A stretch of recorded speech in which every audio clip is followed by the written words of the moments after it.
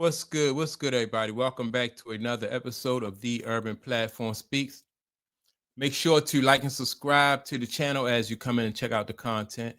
And with that being said, man, I want to speak on this situation that's going on with Kawhi Leonard, right? And from the very beginning, I have always said that I'm not sure. I don't know if Kawhi Leonard is innocent of these, allegations, or if he and the what's the guy named Steve Ballmer, if they conspire to circumvent that salary cap. I don't know, right? But what I do know is that you will not be able to separate Kawhi Leonard from the Los Angeles Clippers, and meaning that if Kawhi Leonard is guilty of any of these allegations or charges that they're making against him, then he still would have to be, like it that wouldn't let the Clippers off the hook. And so, but that's not what I'm seeing, right? I'm seeing, like, with the Steve Ballmer, he did an interview and he kind of tried to put some separation between himself and Kawhi Leonard, stating that he made the introduction from to that entity that did the offer, or made the offer to give Kawhi that contract, or that sponsorship deal, right? So he's saying, he basically tried to say that he didn't have anything to do with that. He just made the introduction, right? And so that's Steve Ballmer trying to put some distance between himself and Kawhi Leonard. Now, so far, Kawhi Leonard haven't said anything about what's going on. He's been quiet. On the one hand, I think I think it's good that he don't say anything. On the other hand, he's taking a risk because now they can just, like, all the evidence, they can just sort of like build a case and throw Kawhi under put him in the line of fire and throw him under the bus. So it could work out either, it could be a double-edged sword. And I say that because now Toronto have came forward and said that Kawhi's people in his camp, mainly his uncle, tried to really try to hold them, try to get more money out of them, basically. And saying that if they can't pay more than what Kawhi wanted, or they couldn't pay what Kawhi wanted, then Kawhi would move on and go to another team. So that has come out there. And I think the reason why that's being put out there is because maybe they're going to make Kawhi look more so like the villain. But again, even if that's true, you can't separate, because since when do basketball players or millionaires go into the ownership office and be able to extort them? That would, it wouldn't happen. And so that's why I say there have to be some level of cooperation on both sides, from Kawhi and the Clippers organization. But I think that I'm watching this situation, and I think that with everything that comes out, I think that they're going to try to throw Kawhi under the bus. And I'm not sure if they're going to try, but I'm not sure if it's going to work. At least not in the court of public opinion. Now, when you have people higher ups and stuff like that, they might be able to come with some type of backdoor deal where the Clippers get off, and they're not really, they get a smack on the wrist, and most of the damage is done to Kawhi's career. That's how I think it's gonna turn out. Even with the Milwaukee, was it Milwaukee Bucks? No, it was the Minnesota Timberwolves with Joe Smith, and that organization tried to pay Joe Smith some money under the table, and Stern caught wind of it, and he just like vetoed the whole deal. He penalized the organization, but the one who was hurt the most by that was Joe Smith, because Joe Smith wound up going to another team. He didn't get the money that he thought he was going to get. And so that hurt him more so than it did the team. The team bounced back. And so this will probably be the same way for Kawhi. Kawhi might be hurt financially. The team will probably get a smack on the wrist, and that'll be that.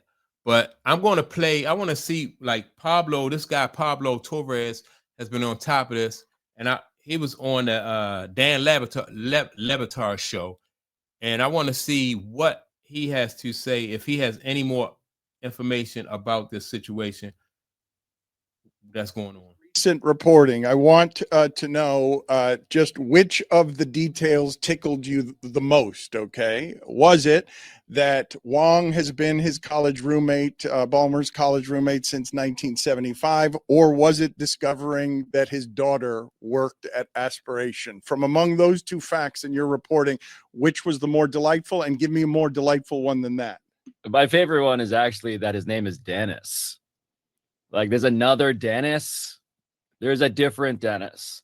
There's another Dennis who, by the way, Dan, for people who are like, this is just more circumstantial evidence, and there are those people out there, as I wake up this morning bleary-eyed on my couch, having fallen asleep with my contact lenses and fearing retina detachment, which is why I'm wearing my glasses. I was frustrated. I just don't know if people appreciate what it takes for me personally to investigate an Asian American Harvard graduate who works in the NBA.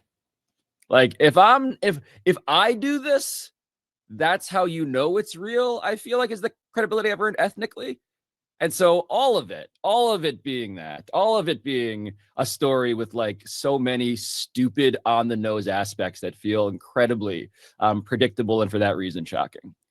Was Ballmer roommates with Bill Gates before he was roommates with Wong? Is that you want to recreate the common room of that dorm in which it's Bill Gates potentially? I have to do the fact check again. All right, so they talking about the dude Wong, right? And Wong is somebody who they threw into the mix to try to say that like he basically again brokered the deal between that agency that supposedly hired Kawhi Leonard, and that I think is just to put more distance between Steve Ballmer, Kawhi, and the agency that hired Kawhi. That, so Wong is probably going to be the guy that's more likely, not really so the fall on the sword, so to speak, but he's there to put more distance, I believe, in between, just to make it look like Steve Ballmer's hands are clean in this. But again, it's not even just about Steve Ballmer. It's about the organization as a whole. So let me listen to some more of what Pablo has to say about this situation. Whether Gates was in the same room as them, but they were there. Yeah, this was Harvard, man. This was Harvard. I'm gonna speed this up. See if we can protect the owners here with the way that I speak about this. Did you think to yourself, he doesn't know what I know right now? Yes. Yes. Look, I the standard for why I publish things, to be very clear, I'm not like the Joker.